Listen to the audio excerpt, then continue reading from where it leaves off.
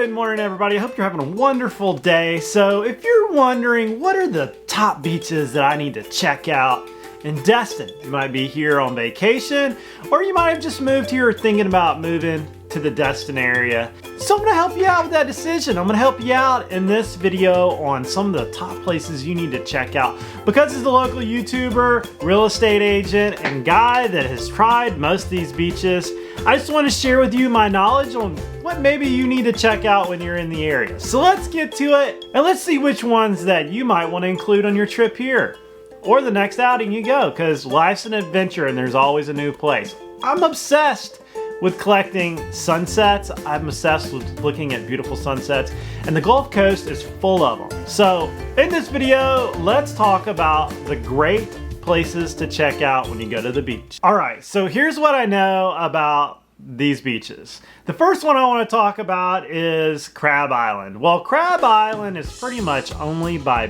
boat, but you've probably seen it in all the pamphlets of Destin or across from the Emerald Grand, right there by the bridge. When you're going over the bridge, you look to the left and you will see hundreds of boats in some knee-deep shallow water, and man, is that water beautiful. If you check out some of my videos, the older ones, I have done quite a few videos of our experiences at Crab Island, the Emerald Grand, the Harbor Walk. I actually had my bachelor party there right before we got married.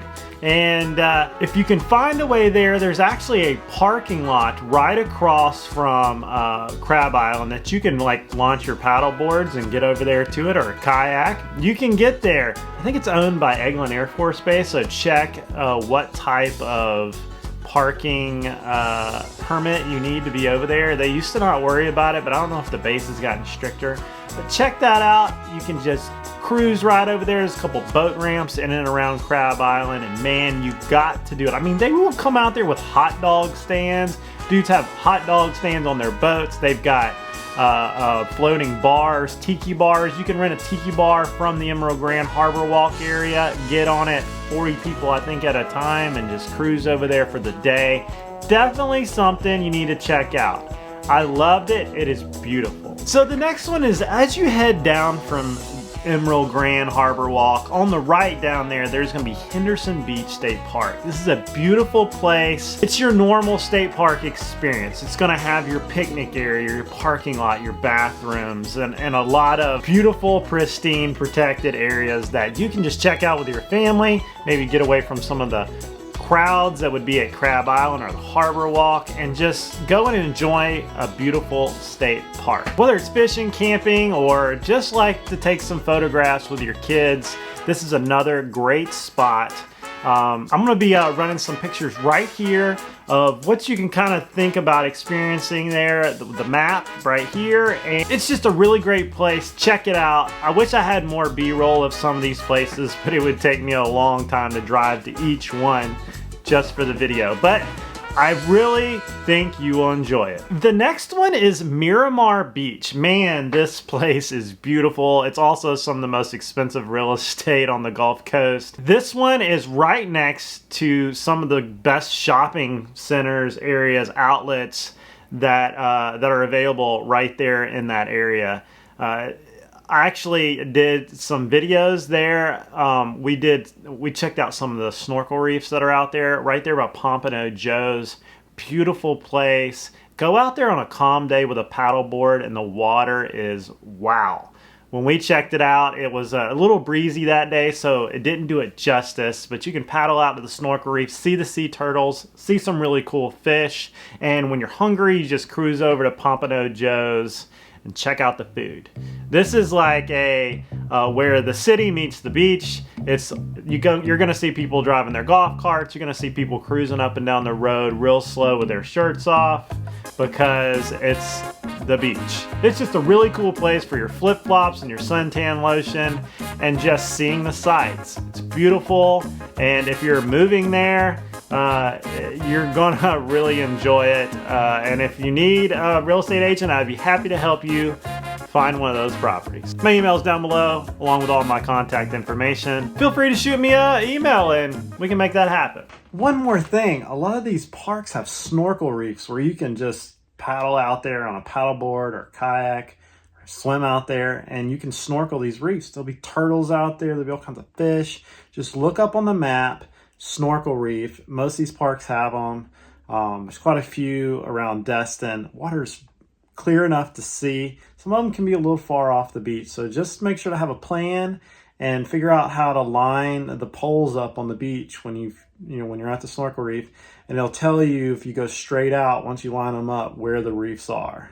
All right, so number 4 is Topcell Park. A lot of people say Topcell Hill Preserve State Park. It is a beautiful place, just like Henderson Beach. It is going to be the normal state park area where you can go, have a picnic, enjoy the sights, restrooms, the whole 9 yards. I think they even have some campsites that you can check out. Whether you like swimming, snorkeling, bicycling, or just checking out the nature trail, these places are beautiful. Definitely check these out. It's probably gonna run you about $6 to park in there. Normal thing. I think if you have a state park pass, they're good for all of them. Like if you're a veteran, I know they will. If you're a disabled veteran, most state parks, I think all of them in Florida will allow you to have a state park pass for life. I have one that I use for like Big Lagoon and a lot of the other state parks around here. I think you have to actually go on a day and register all your stuff, but just keep that in mind. Okay, so number 5 is going to be Navarre Beach. Not quite Destin, not quite Pensacola, not quite Fort Walton Beach. Navarre is on the way from Pensacola to Fort Walton Beach, Destin. It's kind of like the way Miramar is past Destin, but it is beautiful. It is amazing. Probably one of the prettiest places on the planet. Still not quite figured out by everybody abroad that this place should be one on your list. There's a state park there. It's like, so in between Pensacola and Navarre, you have this stretch of sand that once you get past like Portofino, it's pretty much just protected public lands. You'll have some state parks, like you have a park east and west on the Pensacola side. Well, you'll have that towards the Navarre side, and it's like literally 30 miles an hour from the end of Pensacola Beach to Navarre Beach. A beautiful, awesome bird preserve, and some of the best kayak fishing on the planet, because you can get to deep water fast in a kayak. Beautiful, check it out. I'll throw it right here on the screen for a map for you to check out. And my thoughts for this video was to give you an idea of places to check out. I know on a lot of my videos I like to have a lot of footage of being there, but it's just too much of an area to cover with good quality B-roll. Comment down below which ones you like and your thoughts on it, and maybe some people can read your thoughts and we can all learn something here in this video. Real quick, as a bonus round, I want to talk about the Okaloosa Island Pier, which is just before Destin.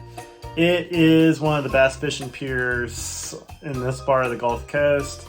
It's right there in Fort Walton, just past Fort Walton before you get to Destin. It is the heart of the tarpon run here. It's really awesome fish caught out there. I've done multiple videos on what it's like at the Okaloosa Island Pier during the tarpon run, when I catch a big king mackerel. Check it out. There's a beach there. There's a lot of restaurants. There's a lot of things to do. Great beach.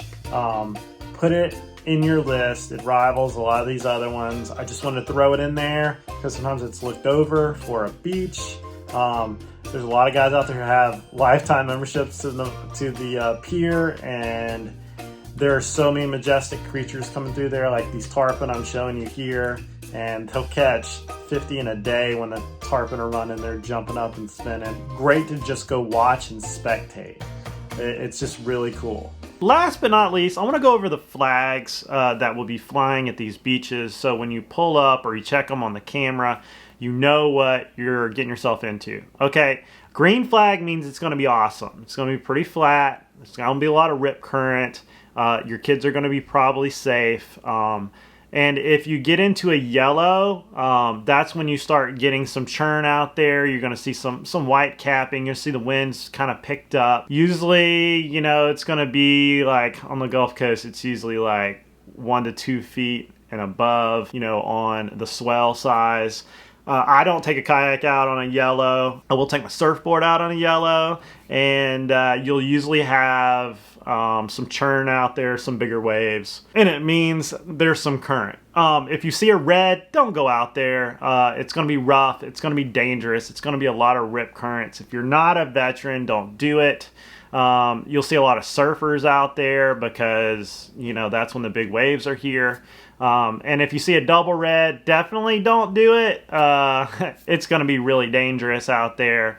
Don't even get in the water at all. Like, these waves will surprise you when they kick your feet out from underneath you and you go down the beach. Trust me, I've been out there and just about all of it. So don't let your kids out there on a red, double red, or even on a yellow. It can be pretty dangerous. And a yellow can sneak up on you because, you know, during the summer in that midday area, it'll go from calm to churny real fast because the wind kicks up, usually with those afternoon storms. So just keep that in mind. Oh, and if you see a purple flag, that means there's some dangerous marine life out there, whether people have been seeing sharks, nasty stingrays, a lot of bait fish in the water that can bring in a lot of, you know, toothy critters.